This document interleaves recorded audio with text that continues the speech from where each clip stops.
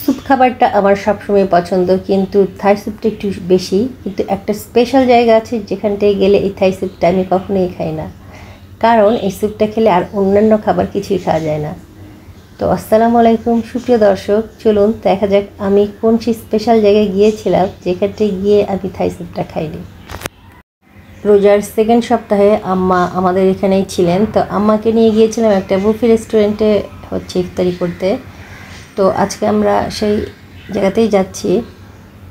তো আমি, রায়েদ, আম্মা আর শাহিন ভাই আমরা বাসা থেকে গিয়েছিলাম, আর মনিম অফিস থেকে গিয়েছে। তো এই বুফেটা ছিল উত্তরার একটা বুফে রেস্টুরেন্ট, তো আমরা সেখানটাই যাচ্ছি। আর কিছু দূর যাওয়ার পরে ট্রেন লাইনটা সিগন্যাল ছিল, কারণ একটা ট্রেন চলে যাচ্ছিল আমাদেরকে ক্রস করে। আর রায়েত কোচিং করে এসেছে, অনেক টায়ার্ড ছিল, নানুর কাঁধে মাথা দিয়ে সে ঘুমিয়ে গিয়েছিল। যাই হোক, জ্যামটা খুব একটা বেশি ছিল না, মোটামুটি জ্যাম ছাড়াই আমরা উত্তরাতে পৌঁছে গিয়েছি দাঁড়িয়েতে। যদিও আমরা পৌঁছেছিলাম একদম ইফতারির আগে, কারণ বাসা থেকে বের হয়েছিল একটু দেরিতে। তো সেজন্য ইফতারি ঠিক 3-4 মিনিট আগে আমরা এসে পৌঁছেছি।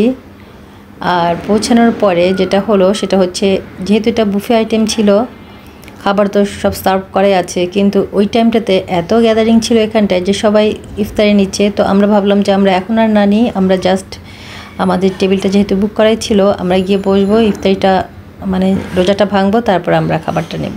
তো যাওয়ার সময় দেখলাম যে সবাই ইফতারি নিয়ে বসে পড়েছে আর কি, যে যার মতো করে খাবার নিয়েছে। তো আমরাও একটা টেবিলে বসে পড়বো, এটা আমাদের বুক করা ছিল। তো ওরা আমাদেরকে এখানটায় বসিয়ে দিল, আর ঠিক আমরা বসার কিছুক্ষণের মধ্যেই আজান দিয়ে দিল। টেবিলে ছিল 2 রকমের শরবত ছিল, আর ছিল খেজুর, কারণ রোজাদাররা রোজা ভেঙে তো এটাই খাবে।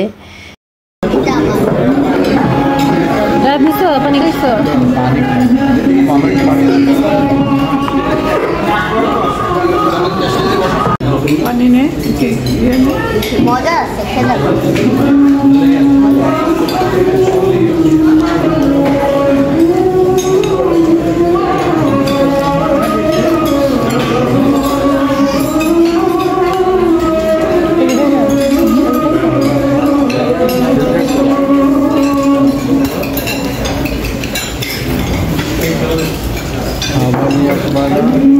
আমিও আসবো তোমার সাথে। আমার অনেক ছিল খালি দুধ খাই আর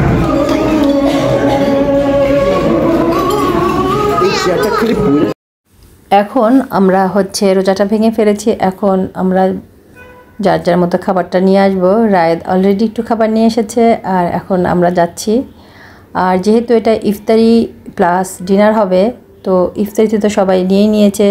তো কিছু কিছু ট্রে ছিল যেগুলো আপনার শেষ হয়ে গিয়েছিল, ওরা আবার রিফিল করে দেবে। তো প্রথমে আমি জাস্ট দেখে নিই যে কী কী মেনুগুলো থাকে, তারপরে খাবো। এটা ছিল কাঁকড়া, আর এই বুফেতে গেলে আমি কাঁকড়াটা সবসময় খেয়ে থাকি আর কি, আমার ভালো লাগে। তো রায়েদ, রাতুলের আব্বু যে যার মতো করে নিচ্ছে, তো সবাই সবার মতো করে নিয়ে নিচ্ছে খাবারগুলো। আর বুফের এই সাইডটাতে ওরা ইফতারি আইটেম দিয়ে সাজিয়েছিল। এখানটায় পেঁয়াজি, বেগুনি, ছোলা, সেই সাথে বিভিন্ন ধরনের সস ছিল, অন্থুন ছিল, এগুলো ছিল আর কি।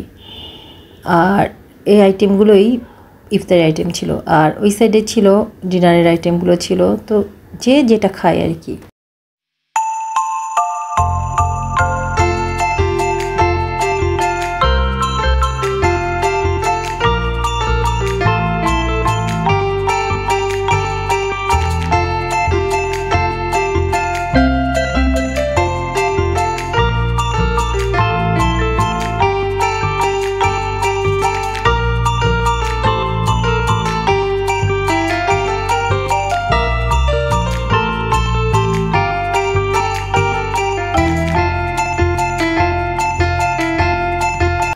আর এদিকে ছিল হালিম, ছিল কর্ন স্যুপ ছিল, আর ছিল থাই স্যুপ।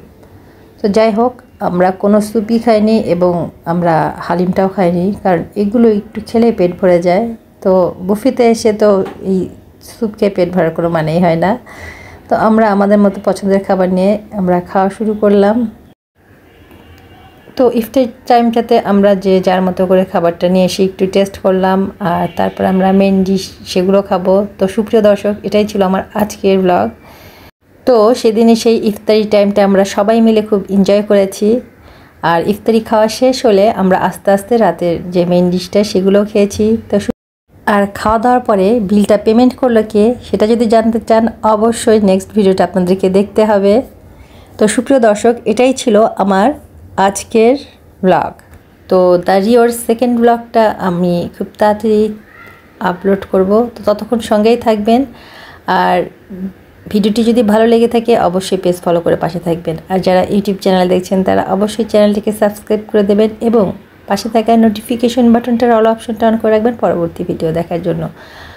আর আপনাদের সবার জন্য শুভকামনা। আল্লাহ হাফেজ।